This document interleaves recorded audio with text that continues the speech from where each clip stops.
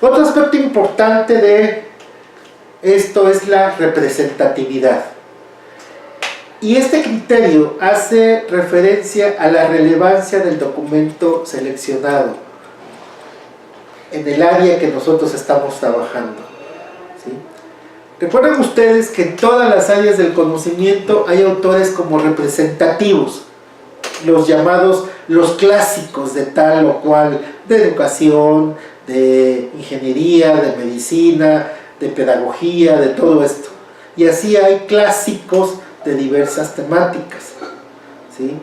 Por ejemplo, sabemos que si queremos hablar de desarrollo humano, pues hay ciertos autores que son obligados, Piaget, Ausubel, Erikson, ¿sí? Porque son representativos de esto. Si queremos hablar de estrategias, bueno, pues está Juan Ignacio Pozo, Frida Díaz Barriga, ¿sí me explico? A esto se refiere la representatividad, ¿sí? Y en todas las áreas del conocimiento hay autores que son representativos de tal o cual área. Y eso es muy importante, compañeros, porque entonces eso ya nos habla de un documento creíble y de un documento veraz, en ese sentido. Aquí hay una acotación de Scott, que a veces cuando somos investigadores nobles, como que nuestra capacidad para determinar la autenticidad, la credibilidad y la representatividad de un documento todavía no está muy bien desarrollada. ¿Qué podemos hacer ahí? Bueno, podemos recurrir a especialistas, podemos recurrir a alguien que ya tenga una trayectoria andada en el tema o en el terreno que nosotros estamos investigando, y preguntarle: oye, tal autor, tal documento, tal libro, tal escrito. Eso nos ayuda mucho también y nos va formando, nos ayuda también a formarnos nosotros como investigadores y a ir teniendo un criterio en ese sentido. Bueno, aquí, hablando precisamente, las fuentes de información también tienen un sentido, ¿sí? Y este es uno de los criterios más importantes, puesto que hace referencia al contenido del texto, ¿sí? A su comprensión, como evaluando la calidad, evaluando la claridad de la información presentada. Ustedes saben, siempre hay autores que hablan a favor de algo, hay autores que hablan en contra de algo, hay autores que no toman una postura definida, sino que la dejan, nos presentan los hechos y dejan que los lectores decidamos si estamos a favor o estamos en contra. Eso es válido también y son documentos que nos ayudan mucho en este sentido. Y bueno, ¿qué debemos de tomar en cuenta para evaluar el sentido de un texto? Determinar si el contenido del texto se adapta al contexto histórico en el que fue escrito. Eso es muy importante, porque de repente hay autores que nos hablan de una cosa fuera de contexto, y eso no nos ayuda mucho. También establecer el lenguaje y métodos empleados en el texto. Esto tiene que ser tomado en cuenta para determinar si los lectores, la audiencia, como dice ahí, podemos entenderle a esto. Porque a veces sí hay autores que escriben y al momento de leerlos como que nos quedan más dudas que respuestas. El sentido del texto hay que evaluarlo en dos niveles. Primero que nada, la legibilidad del texto, ¿sí? Y el segundo nivel está, y bueno, primero les voy a hablar de la legibilidad del texto. Aquí tenemos un autor, Scott, que en el 2006 él reconoce tres aspectos o tres tipos de sentido. El sentido intencional, Esto tiene que ver con lo que el autor pretende transmitir. El sentido recibido es lo que cada uno de nosotros entiende al leer a ese autor. Porque el autor a veces nos quiere decir una cosa, pero cada uno de lo que leemos entendemos otra cosa. Y el sentido interno es el que ocurre entre el sentido intencional y el sentido recibido.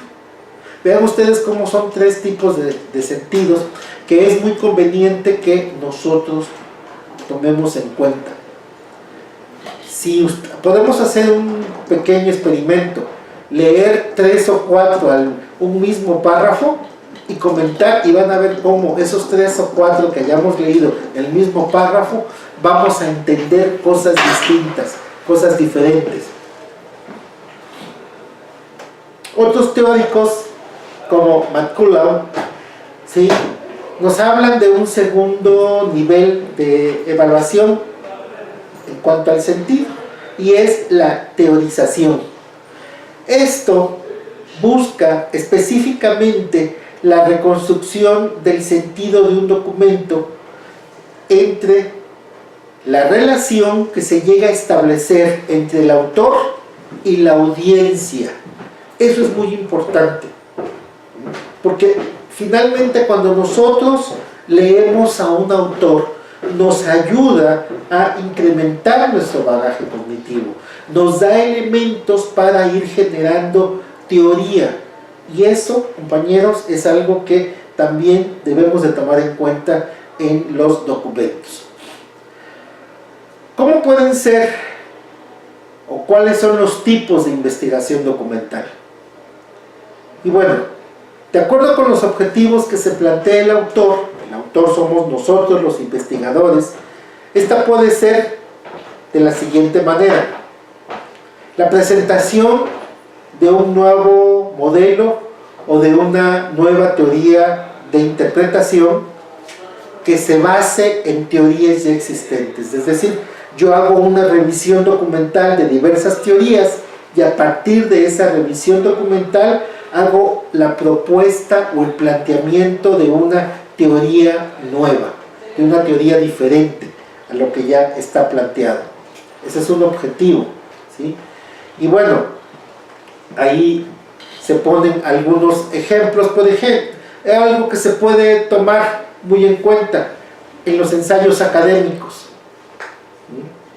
Podemos nosotros hacer una investigación documental de ensayos académicos y encontrar puntos en común, qué es lo que están planteando, y pasarle a estos ensayos todos estos criterios de evaluación. Seguramente vamos a encontrar cosas muy interesantes. Otro aspecto en este sentido es críticas sobre áreas del conocimiento. Aquí, ojo compañeros, porque hay que hacer una evaluación y un análisis de la información disponible respecto del fenómeno que estamos investigando.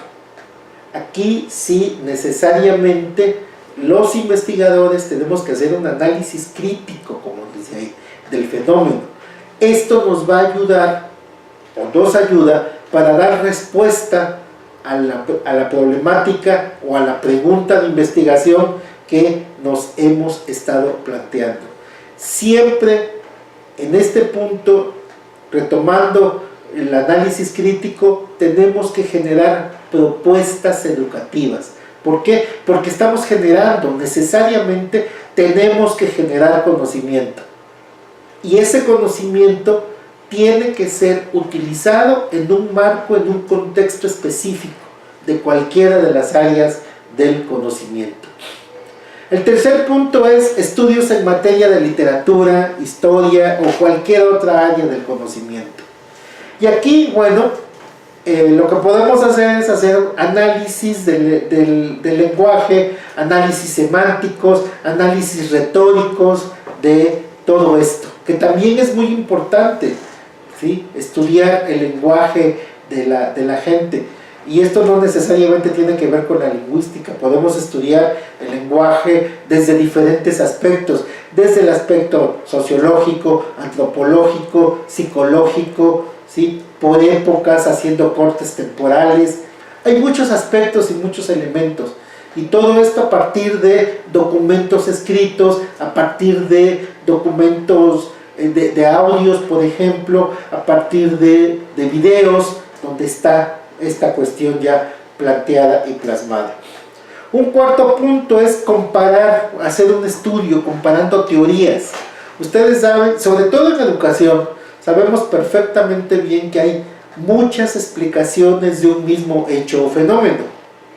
Una buena investigación documental, bueno, es agarrar a las teorías y a todos los teóricos de esas teorías y hacer una comparación entre ellos. Ese es un trabajo muy interesante y que tiene muchos aportes. Nosotros podemos hacer muchos aportes en ese sentido. Y bueno, compañeros, con esto damos por concluida esta sesión, este trabajo. En la próxima sesión revisaremos los diferentes tipos de estudios que hay. ¿Por qué? Porque bueno, esto lo hacemos con la finalidad de que podamos atender la necesidad de todos y cada uno de ustedes. Empezamos por la revisión documental y en la próxima sesión revisaremos los diferentes tipos de estudios. Es un gusto y nos vemos en la próxima. Hasta luego.